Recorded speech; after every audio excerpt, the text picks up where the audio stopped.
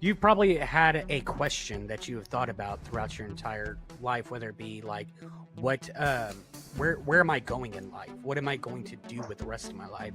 That is a philosophical question, regardless if you're just wanting to know what kind of job you're going to do or whatever. It's still a philosophical question. I'd say life is a choose your own adventure book. And what philosophy does is it does that thing where you say, you can go to page 20 if this happens, or go to page 80 if this happens. And on page 80, it just says you die. When you're playing those games and you just skip that bit and you don't go to page 80, you decide to go to page 20 after all. That's what philosophy can do for you. One key trait about philosophy is that there's like unresolved arguments all the time that never can come to a consensus agreement. It's always disagreements constantly, but that's actually part of a trait that's actually really good. A little bit of philosophy makes you Deepak Chopra. Studying philosophy makes you an alcoholic. Yeah. But the question here, Dave, is, what do you mean by a little? Hello, everybody, and welcome back to Living with Philosophy, whether you like it or not. A once-a-month show on Saturdays. We do not have Barry with us today. Unfortunately, he is not feeling well. He's quite under the weather, and that is very sad for us. But, thoughts and prayers and something about not getting health insurance are all sent his direction. Welcome, everybody. Talk about some crazy epic stuff going on recently. Hello, everybody in the chat. As you can see, you guys have now joined us on the screen over on our, left-hand side? Your right-hand side? I don't know. Stage right, stage left. I've got Oppie with us, I've got Frustrated Atheist with us, and I have Dave with us. Welcome, you guys. How are you guys doing? Oh, it's been 1 week since you looked at me. Sorry. But 2 weeks. No, I've been I know that song. Dave, how are you? Yeah, no, I've been doing great. Good. I'm very good. Holidays has been good. Yeah. Are you doing okay in the storm you've got going on over there, Dave? Yeah, it's uttered the house a little bit, and we can't get it to warm up quite right. And we went out to buy wood for the fire, and wood's all sold out everywhere, unsurprisingly. Unsurprisingly. That's rough. You got enough toilet paper? Yeah, we have. Oh, yeah. We still got some left over from COVID. I'm gonna need y'all to send me your thoughts and prayers or whatever, because I'm here in Texas and it's been pretty chilly as of late. Uh-oh. So I'm gonna need so this means I'm gonna die pretty soon. I'm just gonna let y'all know that now. This is why you see me with the beanie right now, because it's like I'm going to die. And then I find out it's like -2 degrees, and I'm like, are you serious? Yeah, it's just -2. And here I am. It's 50 degrees here, and I'm like, pray for me, everyone. Please, I'm going to die. He's the little match girl. Yeah. With the whole entire shaking hand like that. Yeah. How you doing, Opie? Please, sir. I'm doing warm. I'm doing okay. It's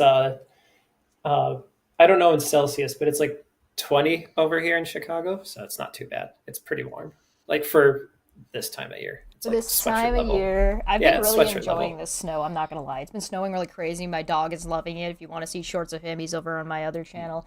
He's all over it. He's rolling around. His nose is starting to go from black to pink. You know how dogs get that when they're rolling around in it all the time? Yeah, so I'm excited for him for that. But today, we are going to be talking about decision making. So, like, deciding to go out and stockpile firewood or stockpile toilet paper. Deciding that we're going to die because Texas is This is cold as not hell. a decision that I'm making. It's a decision that's being made for me because Texas doesn't want to be hot. Fair enough. So I think the first thing that we really need to talk about is the difference between habits and values. Because I know we brought that up last month when we were talking about identity, and that like habits can make up part of who you are and what you value makes up part of who you are. But what about who you are makes decisions? Does anybody want to volunteer to start? Decision making is kind of a difficult one because it talks about how our brain sort of holds all the information and interprets all the information, and it's processed Are you aware of something called social schema? By all means, that sounds like No? jargon that needs to be defined. Yeah. Okay. Social schema is like a prevalent theory of how the mind works in psychology. And it's basically if you think of like a flow chart and you have, say, a database record, in a computer or a definition. So when we have tree, we have a social schema for it, and it's connected to other things. And basically, when our brain processes something, it goes through all the social schema and all the information that we hold and comes out with a decision at the other end based on desires, influences, the information that we hold. There's something called social schema scripts that we have, which are basically when we go to a restaurant, there's a certain sort of etiquette that we must follow, and our brain just processes that, and it allows us to get on with our day-to-day lives. And It's that's not Joke's on really, you, your I'm a brain's not barbarian. asking questions like, why is this person coming over to talk to me at my table? Why is this person No, asking me questions? Yeah. it It's just imbibed. knows based on, yeah. Social Look, this structure. is why I solely eat at Waffle House, where it's like your fight for your life in that place. Yeah. Okay. Yeah. This I'll take is your my word for it. only, like, when exactly like Waffle. That's why Waffle Houses are the only thing that's ever open. You like late at night and stuff because like their cook, like he just got out of prison, my guy, for like double homicide. Like he's over here, like this is the job he's got. He's over here waiting for something to pop off, and that's my guy because once the fighting starts happening, he just sits there. He's smoking his cigarette in the kitchen, like, yep. And just he keeps on cooking. He's not phased by the fact that you're hooper and hollering. Well, that's the social schema that he's used to. Yeah. It's to be expected. I think a good social schema is traffic, and also traffic, like just driving, and like that red light isn't actually going to physically stop your car from driving past it. Like there's no magic involved right there, but like everybody should or ought to, otherwise consequences happen. So I like to use the shopping cart. oh yeah, that's a good Shopping one too. cart. Oh I yeah, no. find If is a you good don't one. return your shopping cart, you're a fucking monster, I also like. and you deserve whatever you get. Well, there's one exception. The handicap spots, they're allowed to leave theirs, and that's it. Okay, yeah, no, they're okay, but like, Yeah. if you're a grown ass man or woman, and you're or whatever or in between, whatever, in between, Able-bodied. and you're over here, yeah, able-bodied person who is walking their shopping cart to their car, unloads it, and just leaves it in the empty spot next to you instead of returning it to the cart bin, you are a monster, and you need to be. I don't know, like whatever bad thing happens to you, you deserve that. Well, what I think is interesting is there As- over time have been attempts to mitigate that. So you have a social schema, and there's like companies have attempted to change that social schema, right? So the schema being you put your cart back when in like the little cart house when you're done, and if you don't, people look down on you for it. But what grocery stores started doing is they started putting like a coin spot. So if you want a shopping cart, you need to put in a coin and you get your coin back at the end of the day. But part of the problem of why that didn't work is because nobody's carrying around coins anymore. Like so it's like a weird. I'll have you know, I have a pocket full of change. Well, welcome to I'm being the old. exception. So like not very often are people carrying around a whole lot of quarters, right? Not very often are people carrying around toonies and loonies, not nearly as much as they used to. And if people are carrying that around, half the time they're carrying around in their car that they've now left in their car, and they have to go back to their car, and then it just like it messes up the entire schema because now people are entering into this question about whether or not you put the cart back angry. I forgot you live over there in Canada where they use made up money. Yeah, Toonies, loonies, or Monopoly money. drabloonies, whatever it is that y'all have. It's got a really pretty loon on it. That's why. Mm. No, is that what it is? What are the reasons? I just think it's like Just- interesting when you oh. start seeing like outside forces trying to impose ideals onto a system that ultimately was already working fine. Like they didn't really need to do this. They weren't losing shitloads of money on these shopping carts. As an ex-trolley collector, yeah, they kind of do, because people take them home. I know people take them, but are they losing like that much money on shopping carts? Yeah, Really? they're quite expensive. Yeah, they're quite expensive. If you need me to, I Elaborate. can look up. I can look up how much one is right now.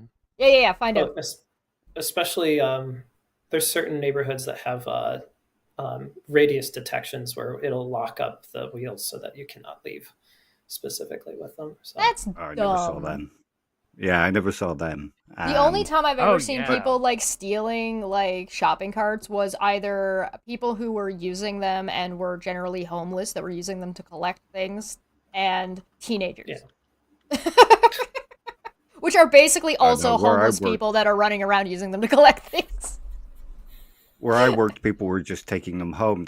Because they lived close by in the town center, they would just keep their shopping in the cart and push it home. And then they leave it would they dumped bring the outside their shopping cart house. back when they went shopping No, again? they would just dump it outside their house. Oh god, you live in a shitty neighborhood. What the Right, fuck? so- Yeah. I mean, if they were just reusing it and everybody socially understood, okay, you just bring it back when you need it, that would be fine. But Alex no, there says that was it's like a truck that cheaper- would go out at night.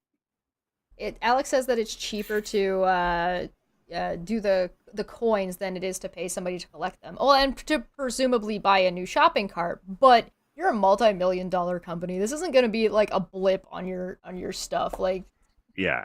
take the loss and don't make everybody else mad, because now you're making a shopping experience that nobody's happy with.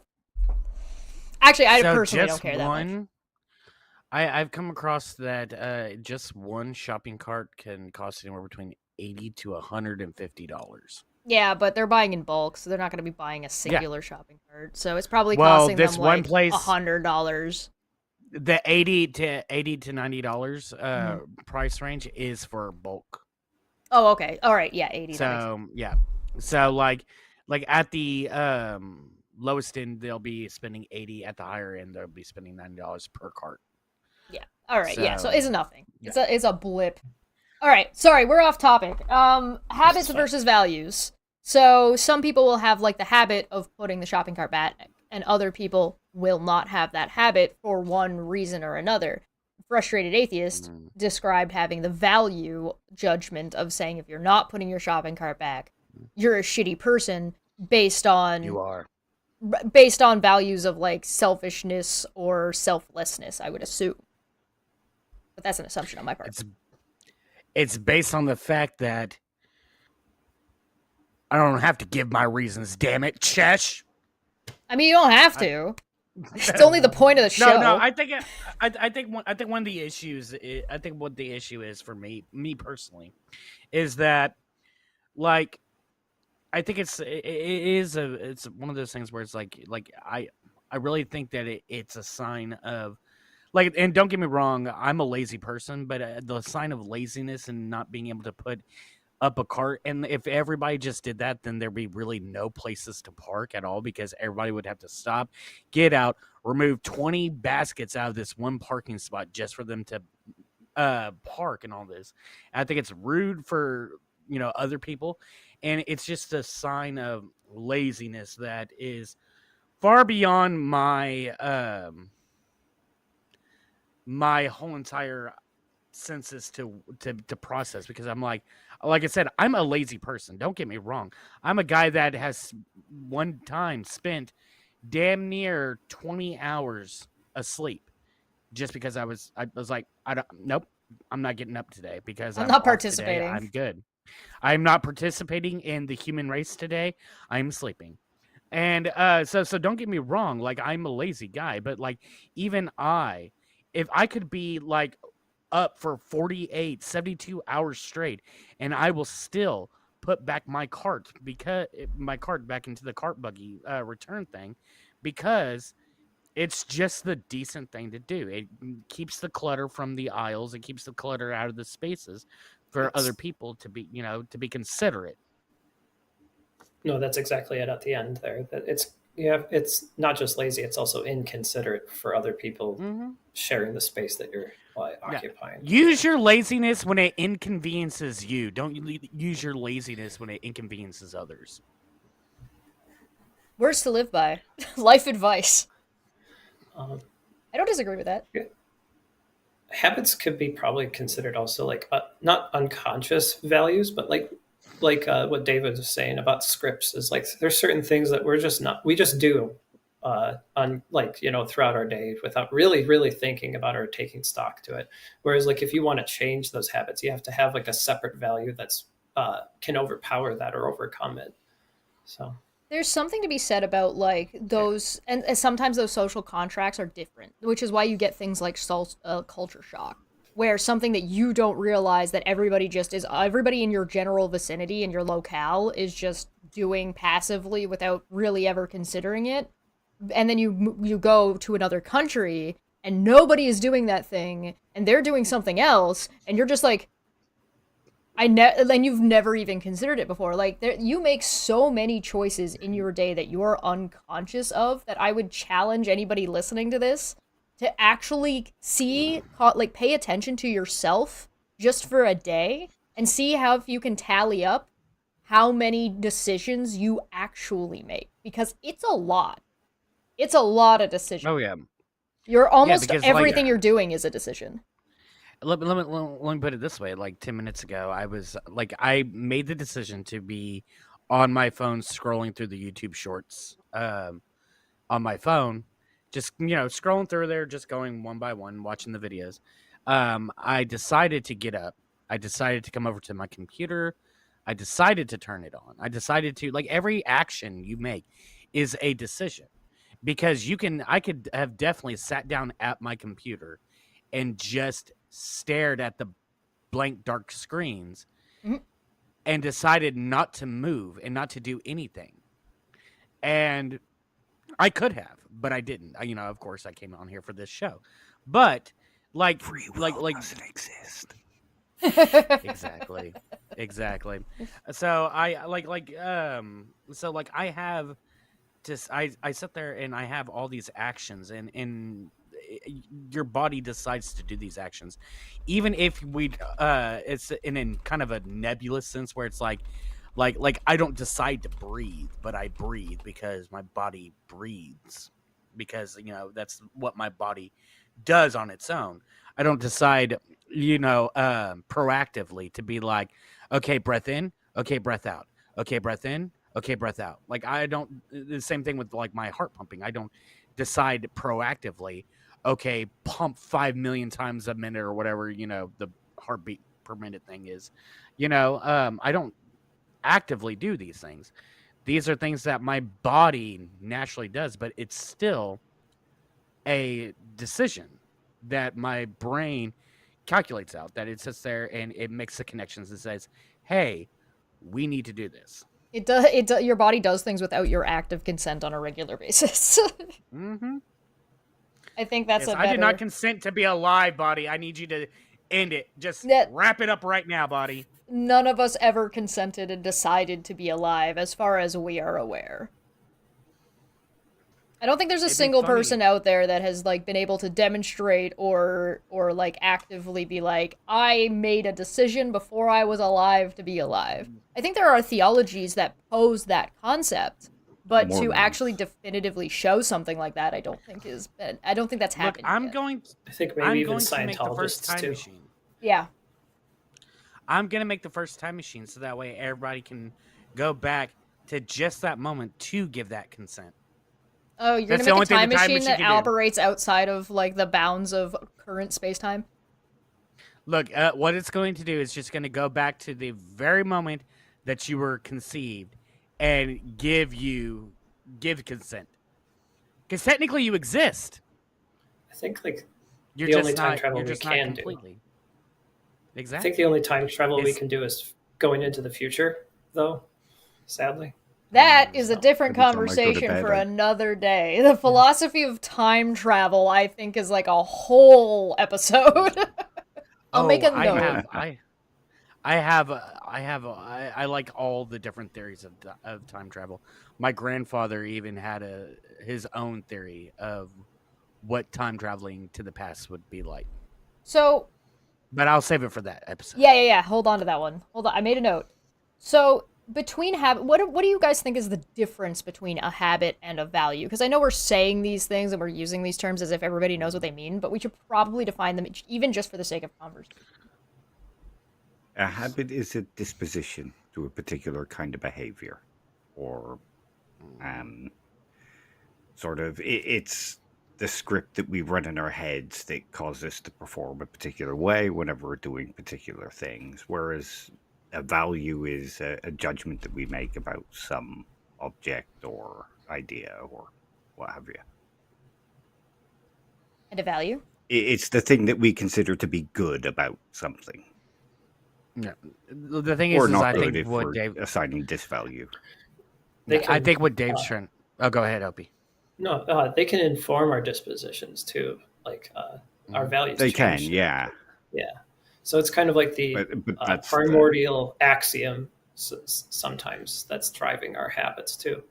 But it can also emerge outward and be the thing that we're striving towards as more of a value. It's like it's in multiple regions in our thought space. So. Thank you, Alex.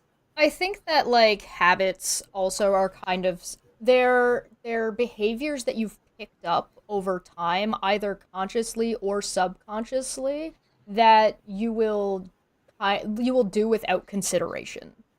It's like conscious consideration, or you'll do out of a biological necessity. Right, so or a biological need or desire that overpowers your need or desire to not do that thing. So like smoking comes to mind. If you smoke, or even drinking, if you're like, I have a habit of, and I had this habit for a long time. I would get off of I would bike to my job. I would work 12 hours at my job. I would bike home from my job, and the first thing I would want to do is have a beer and have a shower, because I worked at a factory and I was sweaty and gross and hot and sticky, and I was just like, no. And there was nothing more refreshing to me at the end of a 12-hour shift was to grab an ice cold beer, chuck my clothes between the kitchen and the bathroom, and drink my beer in a hot shower with a cold beer, and it was great. And then I would get out and I would pass out on my bed. And I'm like, this is shower perfect. beer, yeah, shower beer. A shower beer, yeah. And so this is a habit that I would have that I wouldn't necessarily, like, if I didn't do that after being out all day, even if I wasn't at work, if I was out all day and then came home and I didn't do that routine because it became a habit, I would not relax until I did this thing. And so, like, it turns into this habit, and that could be a bad habit. It could get overpowering where it starts to become problematic. If I have other things I need to do and I can't relax in my own house unless I do this one activity, that's a habit you probably want to break. Yeah. Me personally, I think that the difference between habits and values is the fact that like I like what David said about how habits are kind of like the Dave has a lot of the better words than I have, but like habits are kind of like, the things that the patterns that we create due to, what we've like trialed and errored in the past to figure out how to behave for future events. And I think values are the judgment calls we make on those habits.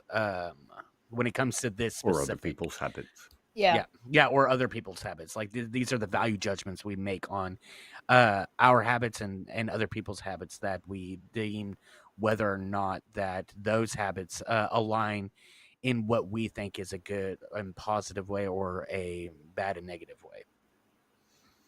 I think that there's like a little bit of like another degree to this that I find is very, very interesting. If you've ever questioned somebody why they were doing something, that it just seems like a passive thing. Constantly. Yeah. So, go ahead. No, I know. I actively ask them. Yeah. it can sometimes dawn on them too that they weren't even particularly aware Yeah. that they do those little quirks too. Yeah. Specifically, I have done so. this if my mom swings by because she watches my shows. If my mom swings by, you can ask her to confirm this, but every so often she's doing something, and I'm just like, why are you like the way she's making an egg in the morning or something, and I'm just like, why are you doing it like that? And she's like, what do you mean? This is just the way it's done. And I'm like, yeah, but what if you did this instead? And she's just like, go get out. Yeah, I've had somebody was doing something, and I was watching them, and they were talking, and growing up, I was always told that when people are talking, be polite and let them speak or whatever, and so they're talking, but I'm sitting there staring at them like this. I'm like, and then finally, once they were done, I was like, hey, I got a quick question. Why did you do this just now? And it was like they were on autopilot because it was something switched, and they were like, I don't know. I was just doing it. And it was like, and so then from that point on for the rest of the night, they made the conscious action of checking themselves when they went to go do this particular thing because I pointed it out. One of my favorite habits that almost all across the board people have, if they're talking, there's two things you can do. You can hand them something and they will take it, or you can hold your hand out and they will hand you something. And you can just take stuff from people. It's fascinating. I've done this to people. I did this to one girl that I was working with at a cafe, and I had an oven mitt on, and I took a pie out of the oven, and I was just like, "Don't touch it, it's hot." Goodness. And then she was talking to me, and I went and handed her the hot pan, and she went to grab it, and I was just like, "What are you doing?" And she was just like, "Oh my god!" Yeah, literally, there's a video I love to that popped up one time, and I loved it. And like the guy didn't understand what he was doing, but he sat there and said, "This is how you can prove that everyone else around you is just an NPC." Mm-hmm. And he walks in, hands somebody a stack of papers, and is like, "Yeah, this is blah blah blah blah," and then started talking about random things. It's like, "All right, have a great rest of your Tuesday," and then walk away. It's not even Tuesday; it's Friday. Yeah. He's like, he sat there and goes, "It's not even Tuesday; it's Friday," and I just handed him a bunch of freaking coupons. Like it wasn't what I and he just accepted it and just called. It's not that he's an NPC. It's the fact that this is something that if you communicate with somebody and you're talking to them, and just like Chesh said, you hand them something, their instinct is to take whatever it is that you're handing. Won't even think about it. They're gonna take it. No, they won't, because especially if they know you. Because me personally, when people I don't know are talking to me and try to hand me things, I'm constantly like, "What are you doing?" But whenever it comes to somebody who I know, if they're blah blah blah blah blah blah blah to me, and then they hand me something, I'm just gonna automatically accept it and hand it. And then they're gonna be like, "Wait a minute, where's this one thing? I just had it," and I'd be like, "Here you go." Handed it to me. I don't know. And it's a habit. It's an unconscious habit that humans have because it's so a part of what we are as a species and who we are as a social species that we have to hand each other things all the time. So you just don't. It just doesn't even come up in conversation. It's very funny. Yeah. Our brains use up about 30% of the total fuel our bodies have during the day. So it tries to be as lazy as possible and does everything based on heuristics and triggers and all that kind of stuff. It would be actually very bad. Like that phrase, "Oh, we only use X amount of percent of our brain." It's it would be very bad if we were using 100% of it. It'd be very bad. We'd be eating all the time. So. Well, you'd be like the Flash, having to constantly consume and metabolize. I would want to say that it's better that our brain's not using up 100% of energy, because our brains are constantly functioning at 100% capacity. All aspects of our brain function for some reason or another. There's not a part of our brain that isn't working. And so when people sit there and try to say human beings only use about this percentage of their brains, I'm like, no, they use 100% of the brains, guy. It's just that 30% of that is dedicated to just energy. Well, and part of it Energy is consumption. not conscious use of your brain. Yeah. A lot of the times your brain is doing things like I think we've talked about this before, but you're the last person to find out what's going on with you. Oh yeah. Oh You're yeah. the I last definitely you're the am. last part of the system that knows what's going on. That's Yeah, just I me in probably regular mentioned life it too. before. Sorry, go ahead, Dave. I probably mentioned this before, but if you want to see a cool thing to do with conscious thought and habit, there's a test called the Stroop effect. And it's basically, have you ever seen people get given like lists and it's a color words? Yeah. And it's like blue, black, red, green, but the But they're color offset of from the the word. word. Yeah. Yeah. And you're told to read, describe the color of the word, but people will normally actually just read the word. There's Because also our brain is kind of like a habit to read what's on the page. there's Rather. also it's one just- where you can like spell a word any way, but in the middle, as long as you spell the first letter That's what I and was the about to last say. letter correctly, And the you'll last. be able to read the Yeah. word. It's the same way with like if you start reading something, your brain is not consciously picking up every single word. It's actually jumping through context because you don't need to, because you know what it says. Yeah. Which is why you get things like, oh, blah, blah, blah. You read that wrong, read it again. And the words have been flipped Yeah. around. Yeah. Yep. Yeah. Like my brain doesn't need to read the words the, and, or, because it already knows those words exist. It knows what the meanings of those words are. It has no need for the crucial information to read that unless it's necessary. Like, hey, get this or that. So Yeah. that way I know not to get this and that. Unless But the for, like, most conjunction part- is like very contextually important. Yeah. Mhm. Yeah. So like, but if I'm like reading a book, like, I don't know, say I've got, since I have it right here, like, let's say I'm reading this book here, and I start reading it. Like my brain doesn't need to sit there and pick up every the, and, or any other like small minor words while reading it, just because it's not necessary. I find that my like brain it feels really is. matters, and you can really tell how engaged somebody is in a conversation based on how they respond to some like a written, complicated sentence or scenario. So if the because and or words are important in whatever discussion you're having, and the person doesn't grasp that word, then and then they go off, it's like, no, you didn't get what I said. Because sometimes some people are like, when you're making arguments, you should be very specific in what you're saying. You should not be loose with your language, when even whether you're having this discussion on Twitter, whether you're having, as long as it is a discussion and or a debate and or an argument, you should be very, very specific with your words. But you should also not assume that everyone is being specific with their words, and always ask clarifying questions. And then if the person gets mad that you're asking clarifying questions, just give up. Conversation's already over. This Yeah, is entirely coming from Carl Sanders Peirce himself. He's the proponent of trying to put your thoughts clearly onto paper, basically. So like the biggest thing, a lot of disputes are those when words or meanings could be interpreted in multiple different ways. And it's very important that when you're trying to make decisions, or even like tell somebody else your ideas, like to reduce the number of ways the interpretation could be to one.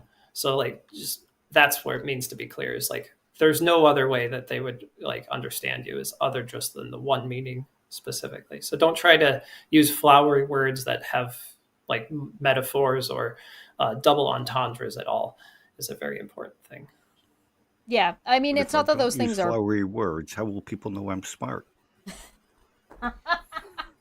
That's another habit, right? We assume things, right? So there was I saw an interview with Richard Dawkins from a long time ago, and I saw it a long time ago, so bear with me if I'm not remembering it exactly correctly, where he said that it's surprising to him about the way people in America react to what he perceives as just normal speech. He's like, people describe me as harsh or mean, and it's odd to me because, like, this is just the way everybody speaks in Britain. And so, like, I found it very amusing because there's two things that happen, and there are studies that have been done about this with Americans specifically. Americans will view a British accent, and they will assume, particularly if it is a man, that they are more intelligent, regardless of whatever they're saying. Wait, hold on. That's only with a certain British accent. The Cockney does not. The Correct. Cockney is always seen the as sort of poor. Eton Southern accent. Yeah. They're the ones that are the rednecks of England. Yeah, you have to be talking like with this upper British accent, not this like the long drawn out the well and the whatever the fuck. The rain falls mainly on the plain in Spain. like you have the British who, you know, they talk really like, you know, like it almost seems like you're in a Wuthering Heights novel over here. Like you're in the Wuthering Heights novel. You're in Jane Austen era, because they talk very prim and proper. And then you have the Cockney, right? And they talk real like this, and they're like, and blah blah blah blah blah. Look, watch like, Pirates of the Caribbean, and it will explain it to you very, very clearly. The people who are rich and the good guys, until it subverts that by making the one guy a douchebag. But whatever. Then you have, but you'll have like so for instance, like say you have Jason Statham, right?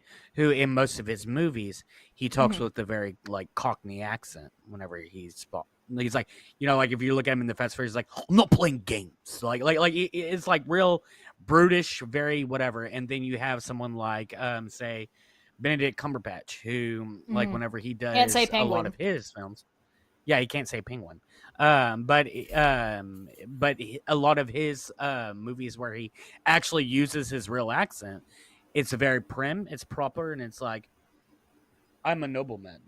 Like, and so like you see it, and people even here in the States recognize this because the movies tend to portray that still, where it's like the Cockney are the very like they're the bruisers, they're the guys who aren't smart enough to get a good education, so they grew up on the mean streets of Bristol, y'all, you know, where they have bottled water in it.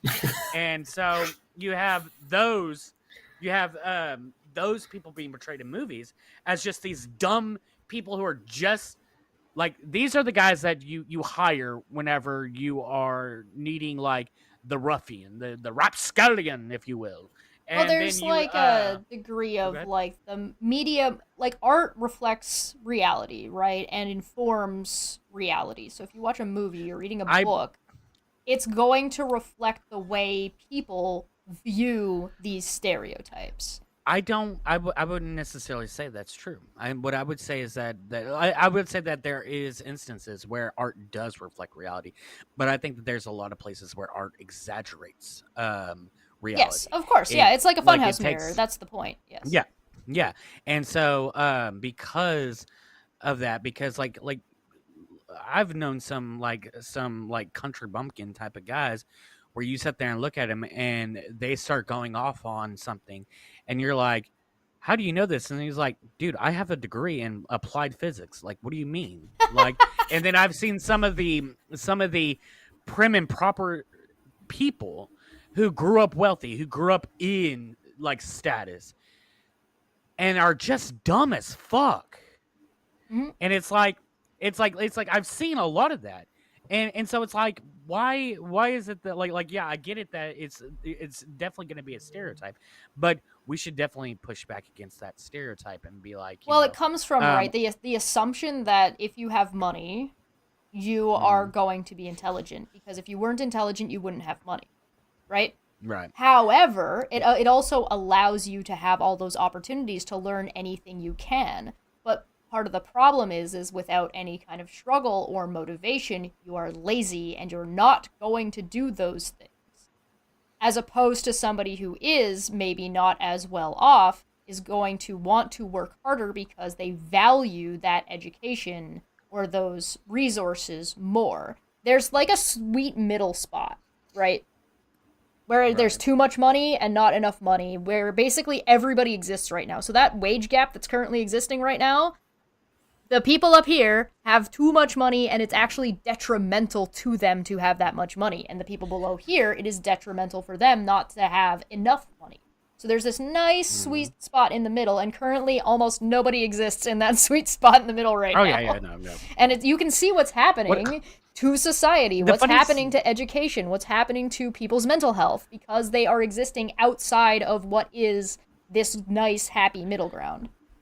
So one of the funniest things I ever saw was like it is somewhere between 8 to 12 years ago. I don't remember when it was. It's been a long time, but there was this bill that was trying to be passed where basically it was just another version of Reagan's trickle down economics thing, where it's like we're gonna give the tax break to the rich and they're gonna put that back into the economy and put it back into our pockets, and you wait. And what was one of the funniest things about this was the granddaughter of Walt Disney sat there and read the bill, saw that she was the one that was going to be getting like the benefits, and saw that everyday citizen wasn't. So she made a video where she actually sat there and spoke out and said, "Look, I have enough money. This bill is not going to help you. It's just going to make me richer. So please vote against it, because I have more money than I know what to do with, and this isn't going to help you. Do not pass this bill." They ended up passing it anyways. And of course, because people are just dumb and they always vote against their self-interest whenever it's given in the correct way. Well, it's a matter of taking advantage. It's the same thing that movies do, right? Media and marketing taking advantage of your habits and taking advantage of your values. Oh my God, yes. It's like almost hacking. Hacking our brains to do those certain things. Yeah, it's social hacking. We love bright colors. We love certain language specifically. There's a reason why all our gas prices have that little cute little 9/10 of a penny on the side of it that you don't even register at all. Like, you don't even understand that it's really not as expensive. It's more expensive than what you're looking at on there. So yeah. It's like whether or not you show tax on your thing, whether or not. So I saw a Pampers commercial ages ago. I don't know if they still do this. They probably do, but they were like, "You love your baby, you buy Pampers," implying that if you don't buy Pampers, you don't love your baby. It's like, are you could you get out of here? There's so much money. There is so much money in marketing and knowing you. When people talk about companies like Facebook buying and selling your information, that's what they're buying and selling. They're buying or selling your information so they can market and control you better. Not because they're trying to mind control to make you do bad things. No, they're mind controlling you to keep you complicit and to spend money on their products. That's about it. It's not as complicated. It's very nefarious, but it's not like, ooh, I'm gonna make Jewish space laser. No, the Jewish space laser is the real one. That's the only conspiracy theory that's real. Right. Naturally, of course. Of course. So, go ahead. I wanted to add one more thing. It's like, going back on that, it's also the part of it, like, I know we sidestep free will, but it's having to do with decision making, is understanding that other human beings are also trying to make decisions, or you're aware that they're making conscious decisions and stuff like that. So and you can unconscious play, ones. yeah, and you can play that for to help you and make decisions on yourself with that, in the background in consideration, like putting milk in the back of a grocery store, knowing that most people will grab a candy bar while they're walking out. So. Yeah, grocery stores are one of the worst for it. So I think we can probably agree that who you are as a person is made up of a lot of different things. But I think we can all agree that like habits and your values are two core things that are going to make up who you are as a person. Because it's the things you're doing unconsciously and the things that you're doing consciously. Your value superseding. When you're a hypocrite, what happens is your habit is going to overpower your value.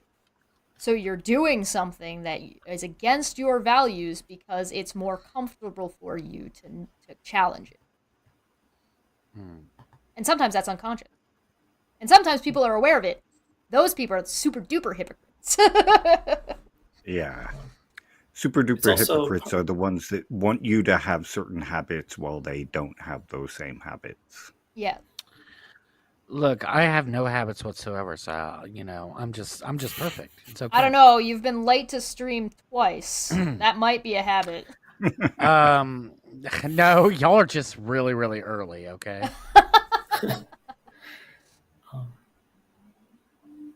Part of our identity is also what has been done to us over time and how we react or develop our own habits and decisions based on those experiences too.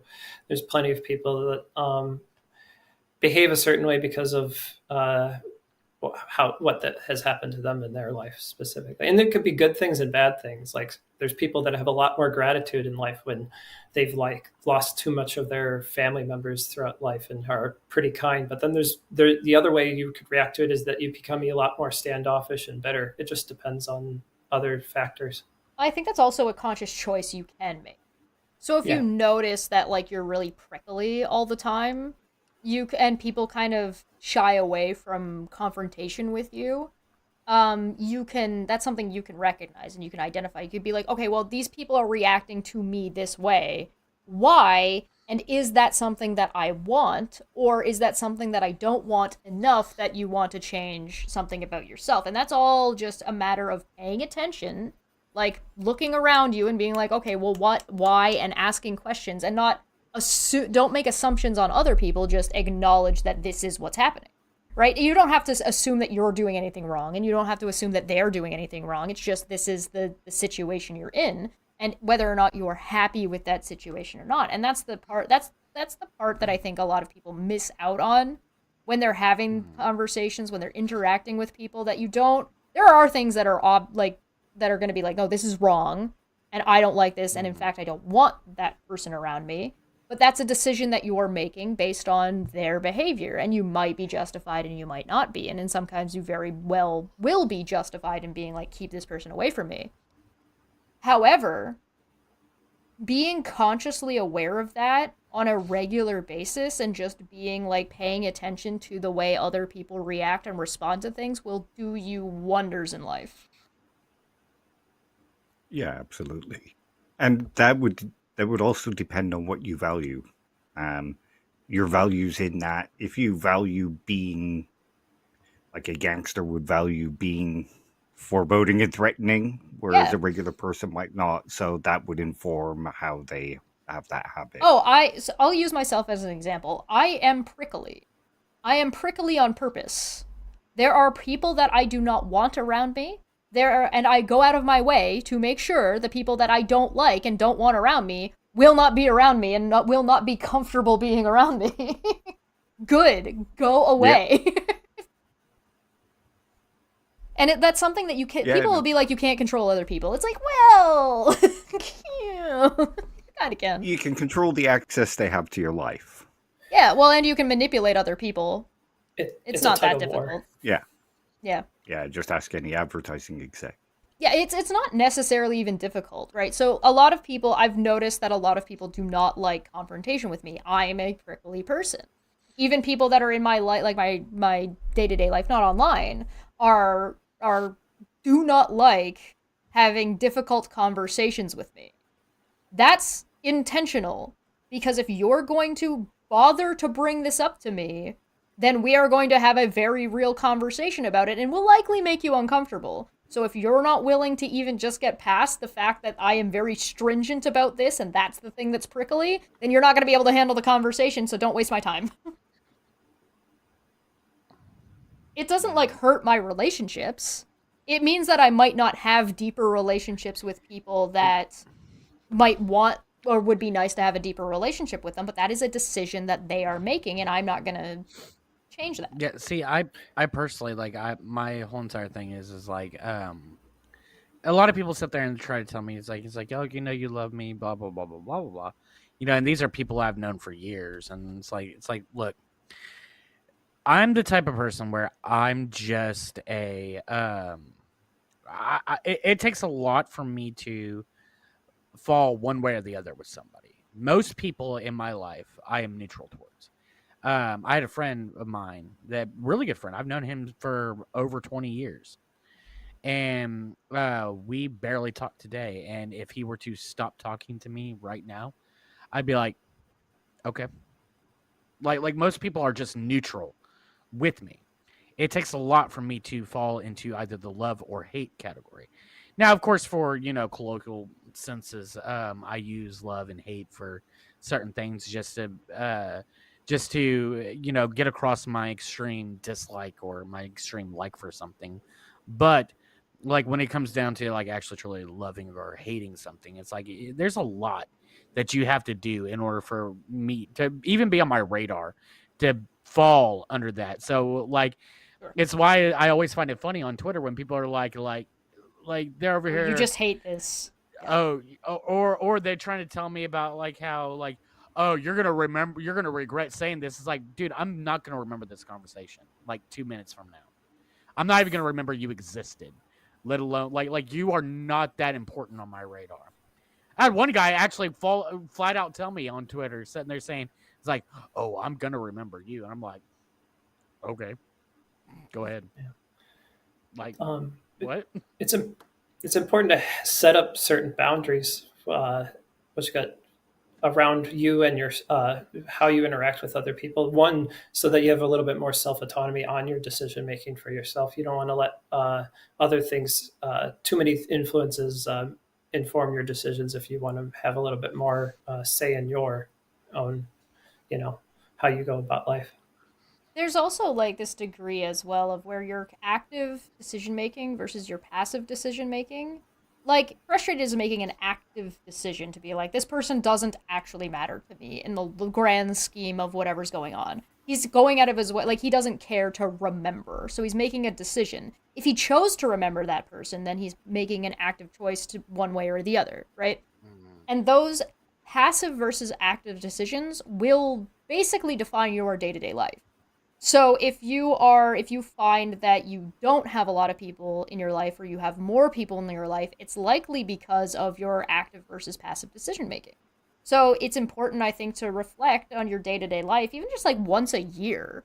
Like we're going into a new year. If you're going to do New Year's resolutions or whatever, now might be a good time to be like, all right, this Christmas season, I'm going to pay attention to what decisions I'm making actively and what decisions I'm making passively. And it's a good experiment because you're going to be around your family or not around your family, and those are decisions that you're making and how far you're willing to go and what conversations you're choosing to have with different family members or different friends that are part of your life, and whether or not you're doing presents, whether or not you're doing different holidays and what you're participating in. Those are all decisions, right? So if you start paying attention and take that time to understand or start noticing which decisions you are making passively and which ones are active, it's really, really then easy to start deciding that this is what I want to do or this is what I don't want to do and why. Yeah. We could apply this like similar to like the scientific method, but like a very rudimentary version of it, where it's like you just observe, you test, and you reevaluate all of your decisions. That's a very good way to go about it. Setting up goals like that is really important. Yes. I always try to have a very neutral outlook on things, and then I try every now and then I'll get a glimpse of humanity that's like, oh, this is great, and then I get other glimpses of humanity where I'm like, oh, we were a mistake. Just go ahead and send the asteroid.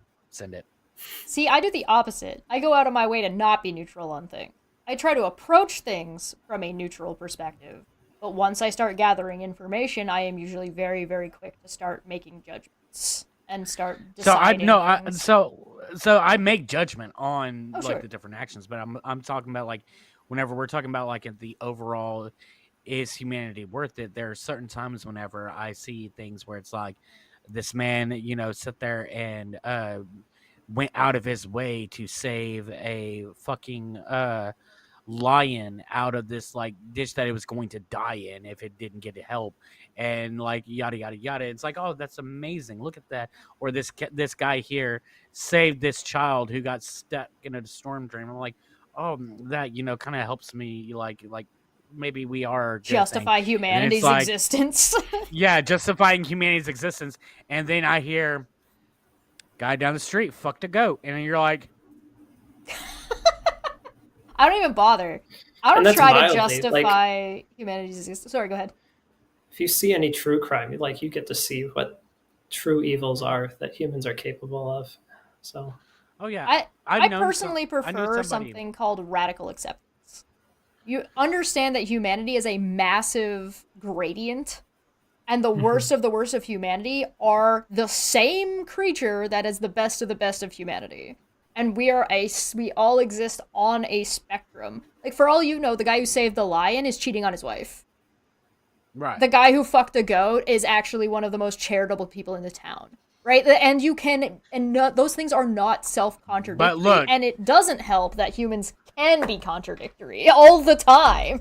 oh yeah, even but like in the same span of thought. Yes, exactly. but look, you can build 100 homes. They're not gonna let you. They're not gonna call you the the home builder. But it doesn't you can matter. Sit there. You can build 100 walls, and they're not gonna call you Chesh the wall builder. But if you fuck one goat, Chesh, you will be known as Chesh the goat fucker. But that's then putting the value on the way other people perceive you, whether or not you did the good or not. Yeah. So Look, I is need the you to good not- worth it, regardless of whether or not somebody is going to acknowledge you for that? I or if need you're you just to always not going to be a goat fucker. philosophize. No, I need you to not philosophize my the joke. On the philosophy show? On the philosophy show, I need you to never philosophize, okay? All right, I'll get on that. There's a whole section of philosophy about humor. Yeah, How can oh we not yeah. philosophize Oh, yeah. about it? Dave, It's- you pipe down over there. Most of it's just comprehension. Nobody was talking to you at the moment. Yeah, nobody ever speaks to me, so I'm used to it. I'll just jump in.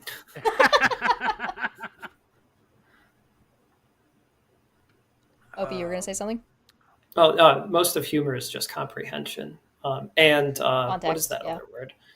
But there's also something you enjoy while doing in a crowd and having other people comprehend with you. Oh yeah, Um, yeah.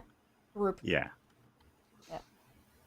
We should do a video about humor and comedy at some point. Because would like be there awesome, are yeah. rules and people are stupid. Yes, Um, and there is a whole entire like while I was over here, fucking with Dave, like Dave said, there is a whole entire philosophy on humor and joking and things like that, and like that would be a very good thing to kind of like Talk about. break down and get into. Yeah, I'll note that down for later. But to just kind of stay on topic a little bit, why would an individual, even feel like they have to justify humanity?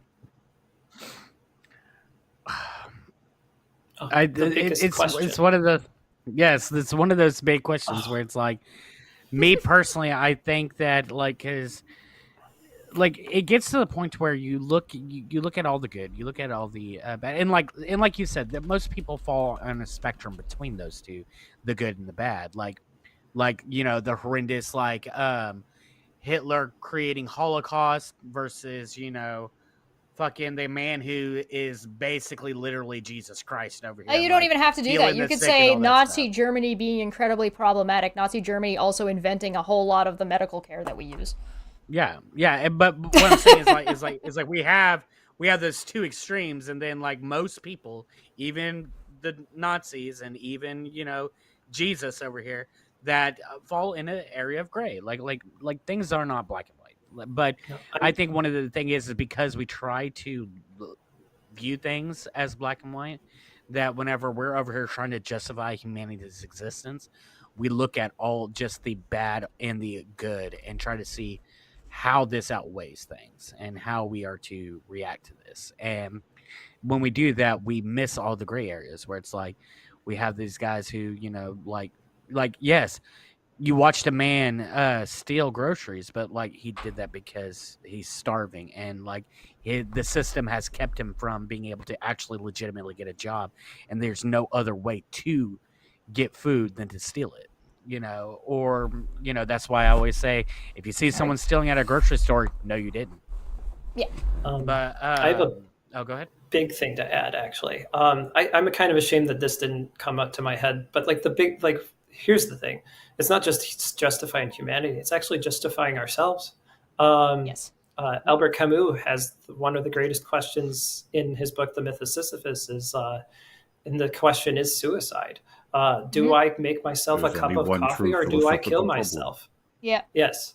Yeah. So like Yeah. that's the biggest decision is like, why do I continue doing this stuff? Why are you living? Like, Yeah. why are my values, why are my habits in perpetuating this instead of just ending it all? And that's like the biggest thing that probably people have to come across. I is think that most people, this is a question that I think a lot of people do ask themselves at some point in their life. If Yeah. you haven't run into that question yet, you probably more than likely will in the future. If this is your first time coming across this question, hi, welcome to Debate Hub. This is the philosophy show about whether you like it or not, because you live here. Get fucked, I guess. But the thing is there's a question that people ask themselves a lot where people are, like, whether or not you're aware that you're asking this question, it's self-justification. Who are you? And why are you? And what the fuck are you doing? And if you That's don't basically ask religion.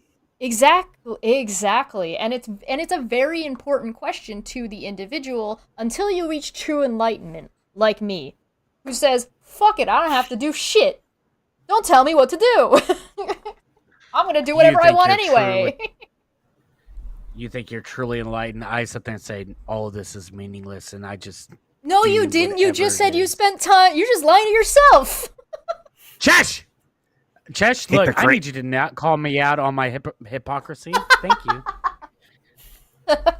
This is not the Russ's hypocrisy hour, all right? Well, I don't know if the shoe fits. The shoe does not fit, and I will not have you force this on my foot. We've Thank just- you. Poor It's too Cinderella. tight. Poor Cinderella. Well, I mean, I think it's interesting to I almost think it's a presumptuous question for an individual to try to justify humanity throughout history. You can't possibly have enough information and be able to process enough information to do that. On top of, it depends on what your values are, which I think is why I think what was Dave just brought gonna up makes say. sense. Right, what Dave was just bringing up, which is religion. God does it for you in that case. Dave, do you want to elaborate? Yeah, it basically there is a reason for our existence if we are the creation of some being who wants us to exist and who wants us to, like, take Christianity for example. They want us to have a relationship. That's what gives us the value and reason to go on, etc., etc. So it's a way of having a way to value humanity without having to sift through all the gray areas. It does. It's like a book that's got the gray areas written in for you in a way that's marketed those gray areas as if they are black and white. So, like the Ten Commandments, for example, right? Sorry, go ahead. Oh, I was going to say it's also a way to turn the blackest spots into the sunniest days. Yes. Well, the Redemptive whole reason there's a redemptive arc to everything then. Yeah. I mean, redemption is a whole thing too, because if you want to talk about decision making, if you want to be like, because I've seen this a lot where people like your ridiculous ukulele apologies on YouTube, right? Like, for example, I where was just watching her the other day. yeah, like that kind of stuff where it's like you want to do your apology, you want your apology to come off well, but the apology is one of like the smallest portions of it, and people can't even get those right. Because if you want to be redeemed, it means you have to acknowledge that you did something wrong in the first place. I've seen this with Osmongold recently. He's sitting there being like, he's doing this redemption arc that he's doing, but he never acknowledged what he did was wrong in the first place. He tried to justify it. Look, Chesh, why are you over here, drudging on the past? Like, we're trying to move forward, okay? Are we? We don't we're trying to. America just revoted in Trump. You're not going anywhere. Look, I will have you know, I have always been the best streamer there is. You've got okay? the we are the best. The Koopa on the cloud. Toupee? Yeah, the Koopa from the cloud on in Mario Kart when you're driving the wrong direction, and he doesn't stop you. He just tells you you're going the wrong way. Hey, that's the wrong way, guy. Yeah, look. I am the best streamer there is. Like, do not call me out on all these things. That happened in the past. That wasn't even me, okay? Okay? That I'm a was different somebody man. else. I'm a different man from there. I have grown. Well, I think there's something to be said too It was about a AI. redemption arc where you become like you try to make yourself into a different person, and that's a Yeah. big Yeah, endeavor. and the thing is I agree with you. It's like whenever we are trying to redeem ourselves, I'm of the mindset that, like, if someone's done wrong, yes, we go after them. But if they sit there and they've acknowledged that they've done wrong, and they sit there and sincerely apologize, like they said, look, I fucked up. This is what I did. That was wrong. I'm going to do better. And then you sit there and watch them actively do better. Right. Then that's when redemption should happen. But if you haven't even gotten to the part of, hey, what I did was wrong and fucked up, then you're not on your redemption arc. You're on your let's Denial. sweep it under the rug arc. Yeah. And yeah, we're but just not. redemption Like, no. arcs only really count when you want to be accepted by a particular group. You can just cast off the other group and find a group that doesn't want you to redeem and I further think fix that's your values. called grifting. Oh yeah, Chesh has been over here making fun of me all show.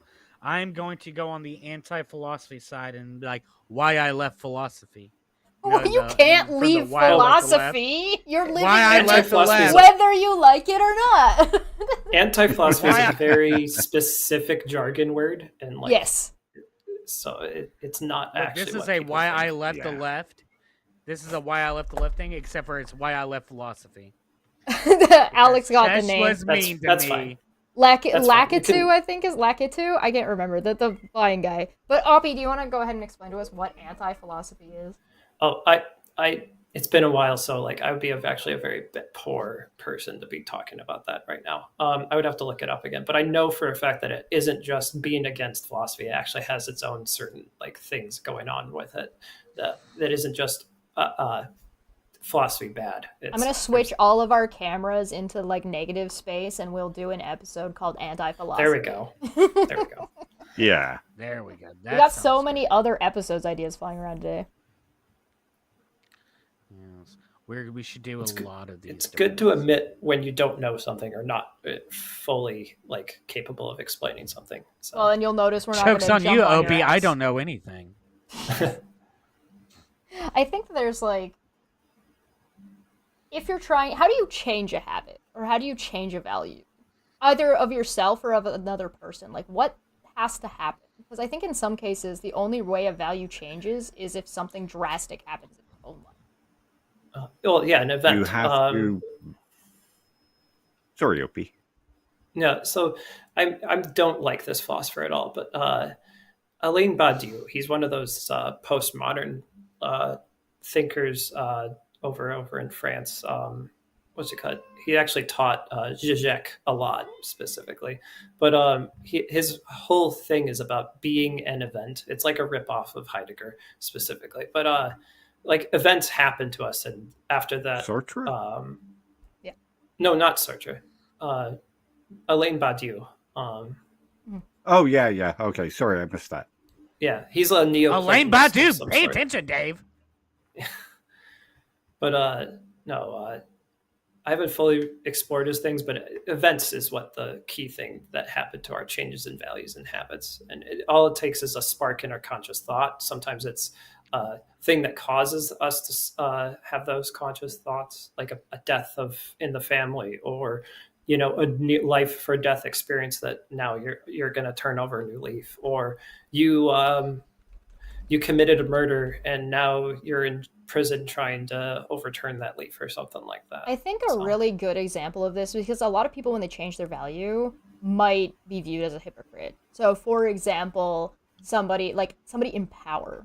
So like you get a politician who keeps voting against and against and against this thing that is like some kind of healthcare thing. And someone in their family gets an issue that they then need that thing for, and the good ones will flip their stance the bad ones will take advantage of that and then still vote against it for everybody else. And like the way we view that as a society is usually pretty negative in both cases, where you can kind of create a catch-22 where you can't win even if you're sorry and you have changed your values. It takes what people want is this instant gratification of, but I've changed, and nobody believes you. And then people are like, well, you have to give people a chance, and you have to do this, and you have to do that. No, you don't. You don't have to do any of that.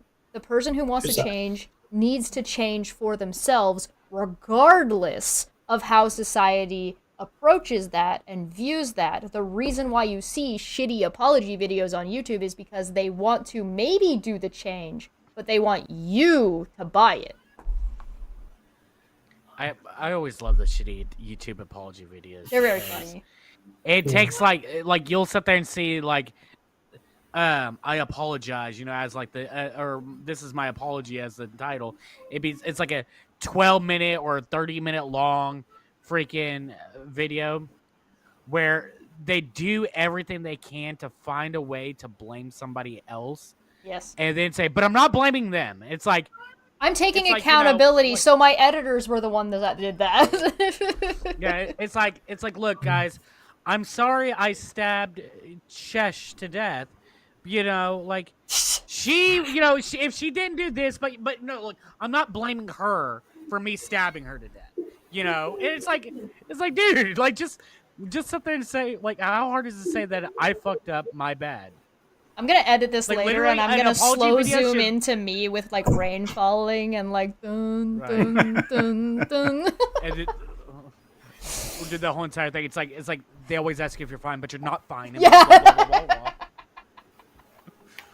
All right, That we should be me whenever you make fun of me. You say that like you didn't start it. Oh, I was about to zoom into the cat. Goodbye, kitty. All right, we should wrap up. We have been here for an hour already, believe it or not. An hour and a half. Yeah, and I'm kind of starving. Yeah. Is there anything else that we wanted to touch on before we go? There's I think we one might last thing. Yeah, I think we might come back to this on another episode. But yes, please, we'll end on whatever Opie says. So whatever Opie says, that's the end of the episode. Okay. You good? I agree with Barry.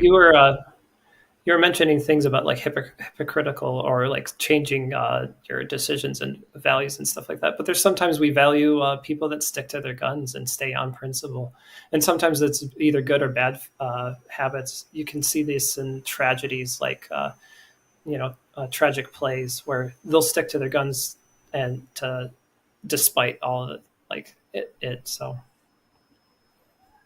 That's all I wanted to add. Sorry. Thank you so much for joining us, everybody. We're going to get on out of here. And remember, spite is the greatest motivator for change. Yes, it is. Have a good day, everybody. Bye-bye.